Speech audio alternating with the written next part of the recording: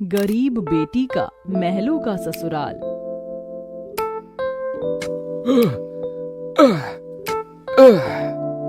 तपती धूप में वह गरीब किसान खेतों में फावड़ा चला रहा था। उसके माथे से तर तर पसीना बहे जा रहा था। तभी गंगा गमछा उठाकर पिता का पसीना पोंछती है।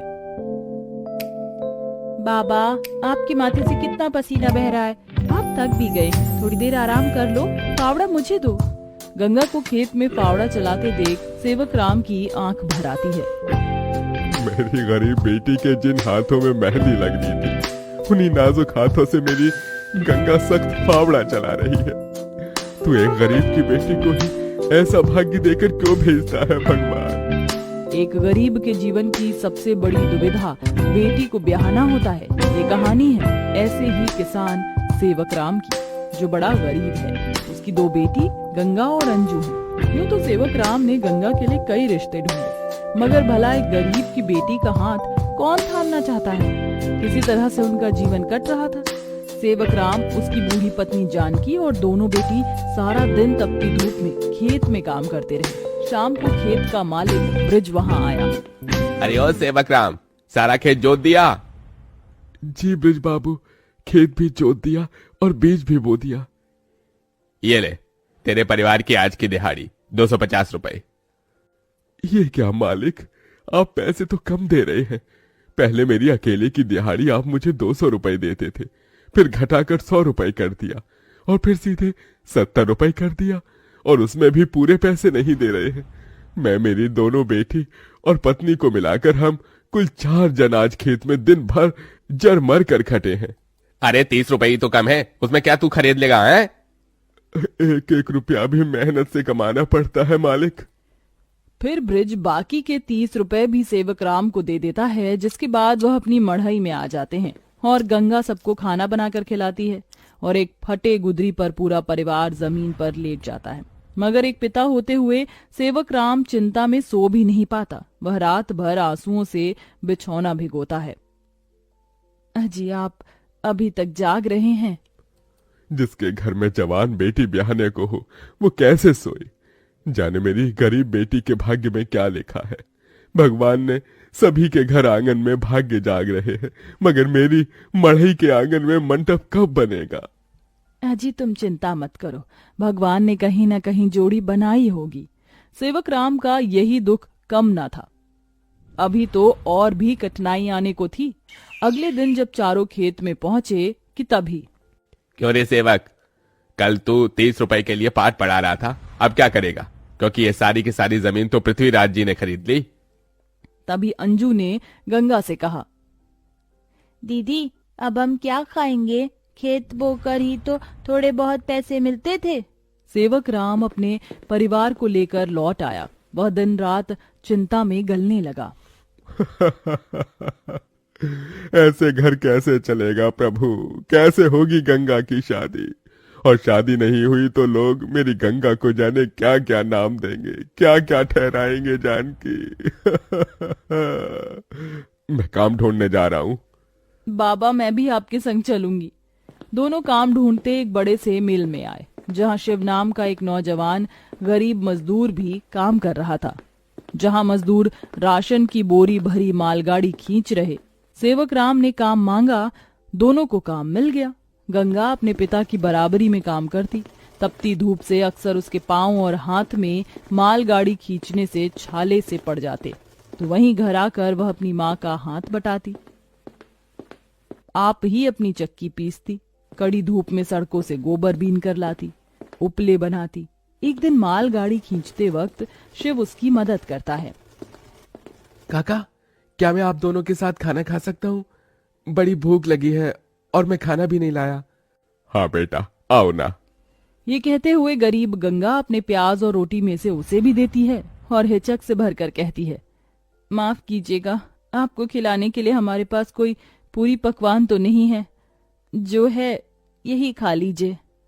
शिव वह रूखा सूखा भी हंसकर खाने लगा। अब अक्सर शिव उनकी मदद कर देता। उसकी अच्छाई गंगा के मन को भाने लगी और एक दिन शिव ने कहा, काका, अगर आप मुझे इस काबिल समझे तो मैं आपकी बेटी का हाथ थामना चाहता हूँ। बेटा, मेरी गरीब बेटी को तुम जैसा मेहनती जीवन साथी मिलेगा। मुझे तुम पसंद हो बेटा। गरीब सेवक राम की दिली इच्छा तो थी कि गंगा को बड़ा और अच्छा घर द्वार मिले, मगर उसके मन में शिव को लेकर भी एक संतोष था। मगर सेवक राम ने जो कभी सोचा भी नहीं था, अगले दिन वो हुआ। कई बड़ी गाड़ियां लाइन से उसके चौखट पर आईं और शगुन से भरी थालियों के साथ शिव अपने परिवार के संग उनके घर आया। उनके महंगे कपड़े लत्ते देख एकदम महलों में रहने वालों से थे। शिव के संग उसके माता पिता पृथ्वीराज, वसुंधरा और बहन योगिता थी। अंजू ने उन्हें देख तपाक से बोला, अरे बाप रे, ये तो राजा महाराजा से लगते हैं। अजी आपने तो कहा था शिव गरीब घर का लड़का है। शिव बेटा, ये सब क्या है? यही मेरी सच्चाई है काका।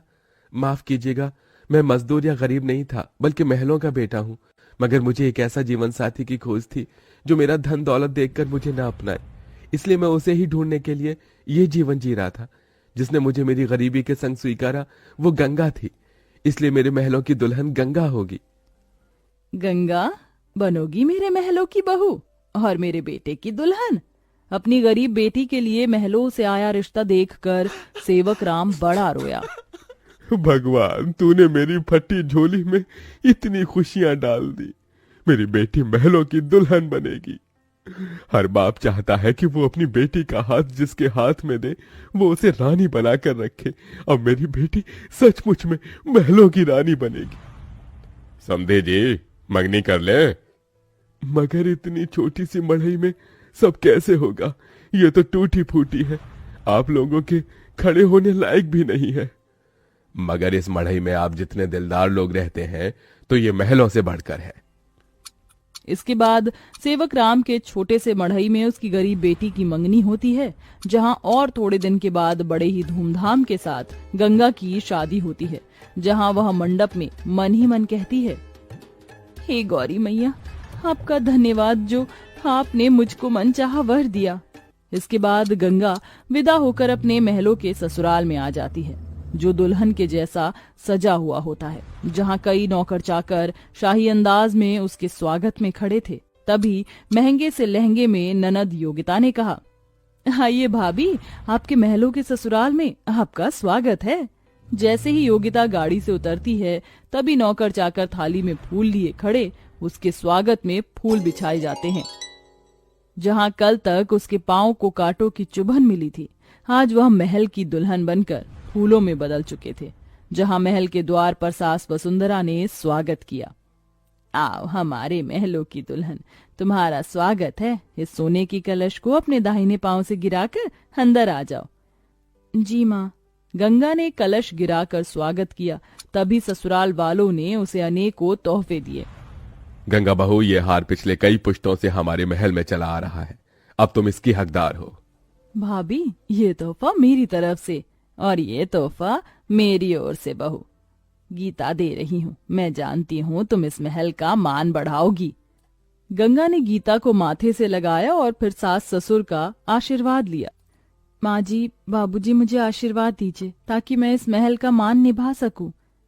सदा सुहागन रहो, जुग जुग जीती रहो। फिर गंगा विदाई में दिए अपनी गठरी को संग लिए शिव के साथ कमरे में आ गई, जहां आलीशान बड़ा कमरा, ऐशो मखमल का बिछौना और सब कुछ था, जिसे उस गरीब दुल्हन की आंखें देखती रह गईं। कैसा लग रहा है महलों के ससुराल में आकर? खुशी से गंगा की आंखें भर आईं। उसने कहा, यकीन नहीं होता, भगवान ने एक बार में ही इतनी खुशी दे दी। शिव, सब एक सपने जैसा लग रहा है।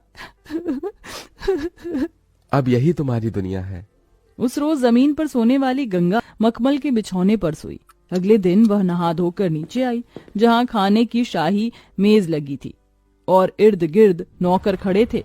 बहू बैठो, खाना खाओ। तभी नौकर ने गंगा को खाना परोसा। एक निवाला खाते ही गंगा को अपनी संघर्ष भरी जिंदगी और याद आ गई।